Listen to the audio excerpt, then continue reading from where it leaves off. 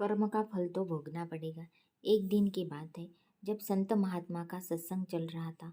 हजारों लाखों श्रद्धालु उस सत्संग में बैठे हुए थे। संत महात्मा ने अपने प्रवचन पूरा करने के बाद कहा कि इस पूरे प्रवचन के विषय में अभी भी किसी के मन में कोई शंका हो तो वे बताए। हजारों लाखों श्रद्धालु के बीच उस अपाहिज पुत्र के पिता ने संत महात्मा से एक सवाल किया कि हे महात्मा, हम सब निस्वार्थ भाव से ज़रूरतमंद लोगों की सेवा करते हैं और हमारा पूरा परिवार अहिंसा के मार्ग पर चलता है। कभी भी किसी के बारे में बुरा नहीं सोचते हैं, ना ही किसी का बुरा करते हैं। फिर भी ऐसा क्या गुनाह हुआ जो हमारा बच्चा अपाहिज पैदा हुआ? फिर गुरु ने जवाब दिया, वैसे तो मैं यह बात नहीं कह सकता, फिर भी आपके मन में दुविधा है तो सुनो। यह जो बच्चा है, जो दोनों टांगों से बेकार है, पिछले जन्म में एक किसान का बेटा था। रोज खेत में अपने पिता को दोपहर में भोजन का टिफिन खेत में देने जाया करता था। एक दिन उसकी माँ ने उसे दोपहर में 11 बजे खाना लगा कर दिया और कहा कि बेटा, खाना खाकर पिताजी को टिफिन देकर आना।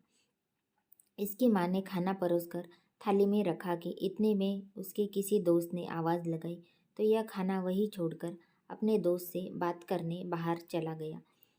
इतने में एक कुत्ता घर में घुस आया और उसने थाली में मुंह डाला और रोटी खाने लगा। लड़का जैसे ही घर में वापस आया और कुत्ते को थाली में मुंह डालता हुआ देखकर पास में ही एक लोहे का बड़ा सा डंडा पड़ा हुआ था।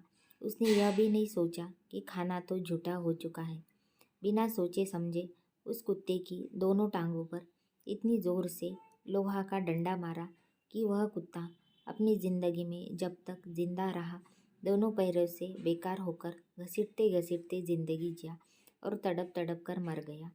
यह उसी कुत्ते की बद्दुआ का फल है जो इस जन्म में यह दोनों टांगों से अपाहिज पैदा हुआ है।